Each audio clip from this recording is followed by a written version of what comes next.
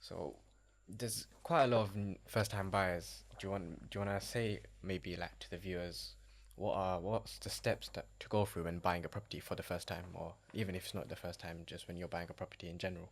Okay, yeah, all right. So for the first time buyers or people that haven't bought, looking to buy, It's what new to them. what are They the What are the kind of steps steps? that they're gonna have to take? Okay, um, I'm gonna do this from memory, so like it's might miss out a few things, but we'll try and keep it as Okay.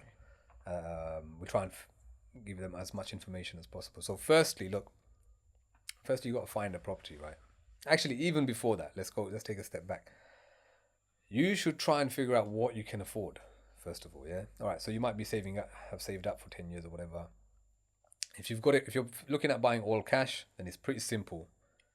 You've got this much money. Look at something that you're buying within that much money, right? Yeah. But if you're, which most people are buying with a mortgage, so now you Yeah. have to figure out what you can afford.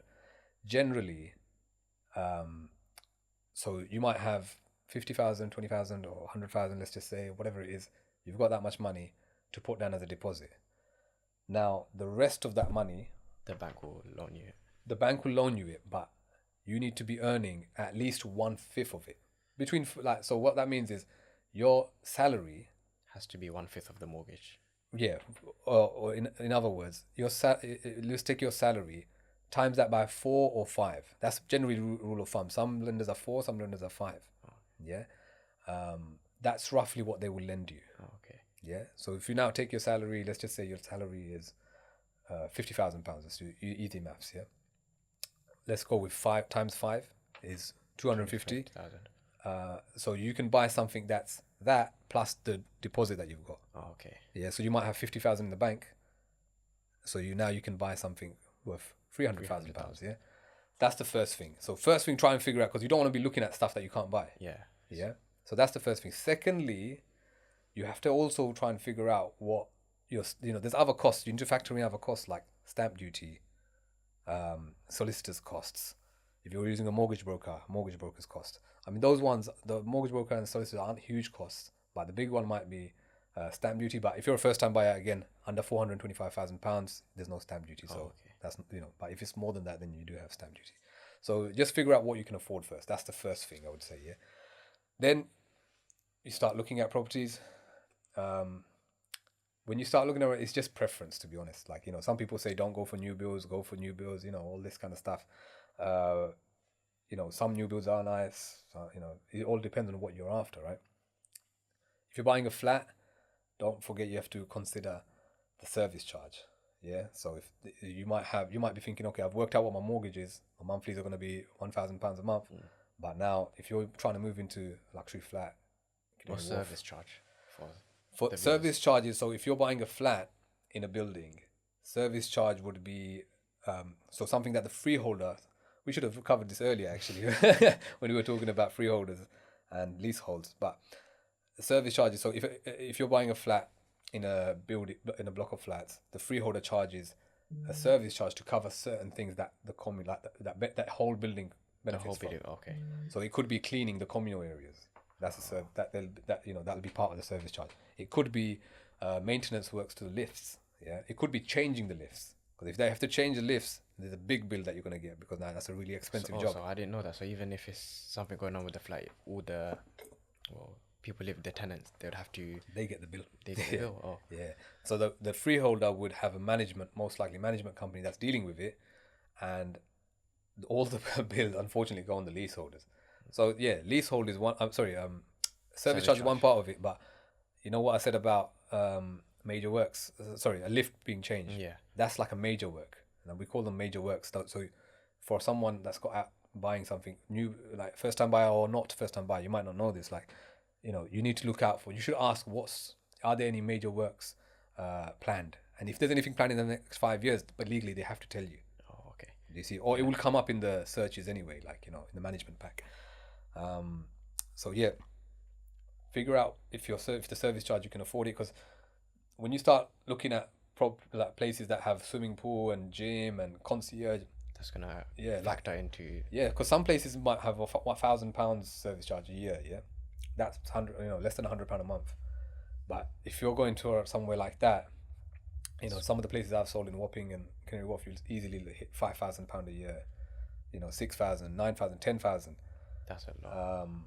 Yeah. So well, there's one that I saw like was £12,000 a year. It's a really nice thing, block of flats, but that area. But it's it's very Service charge is going to be high. service charge is very high. Yeah.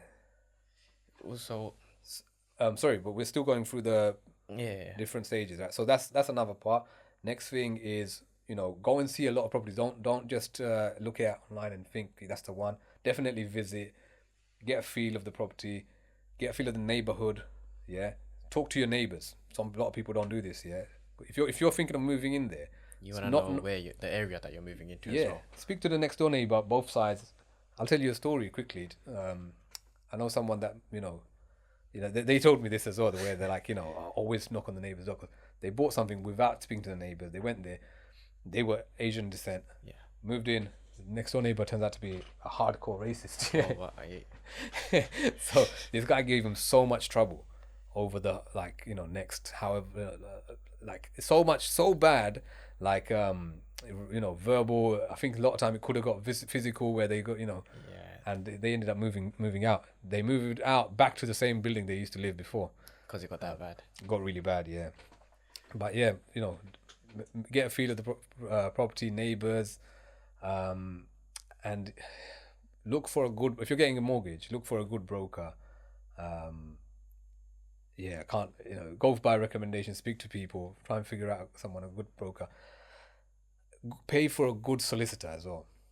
Yeah, a broker. Yeah, it's important. The more important thing is pay for a good solicitor. A lot of people, what they do is they go online, they do a comparison, and a lot of the times they get these solicitors that are really cheap, like £400. It's they basically what happens is those guys spend all their money on marketing, yeah, to try and get these clients. They take on so many clients, and they just can't fulfill. First of all, they're probably inexperienced, and secondly, they take on so many clients that they can't fulfill them all. What do solicitors help buyers with? What's their main? So when you're buying, let's say that you're a buyer and I'm a seller, there's going to be I said you're the buyer, I'm the seller, right? Yeah. We've got property. It comes with deeds. It comes with management packs and all these kind of things. Solicitor's job is, because me and you can't read these packs a lot of the time. They're very deep. They're very they get very technical and legal. So solicitors' jobs are to go through those. Your solicitor's job is to make sure you're buying something and you don't get hit with something that you didn't know. Yeah, his job is to explain to you what you're buying, and make sure he's got your back, and my solicitor's got my back.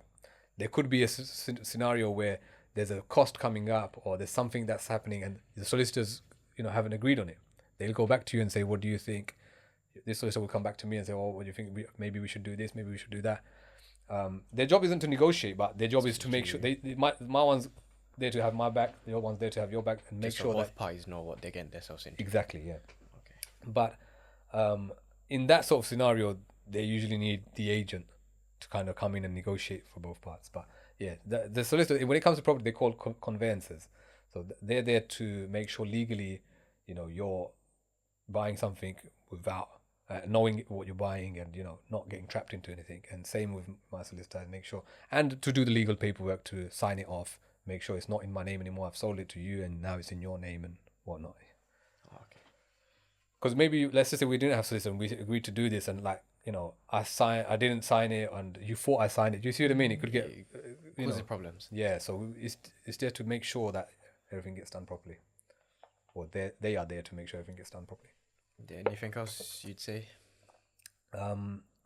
Yeah, so with the solicitors, just make sure you pick someone reasonably priced, and someone that's got a good reputation, because those ones, I've had too many experiences where, and they delay their sales so much that sometimes they fall apart, and a lot of these solicitors don't know what they're doing. So I just wanted to make a point about that. After that, look, it's not long. It's, once you get to that point, it's a lot of back and forth paperwork, and and then it gets signed off basically. Okay. Maybe. But guys, if you enjoyed it, please press the like button, subscribe, share it, comment as well, because it really helps on the algorithm. And And if you want to see more of this, let us know. Put it in the comments. And if you have more questions, put it in the comments, and then we'll try and take those comments and make another episode. Thank you very much for watching. I'll see you in the next one.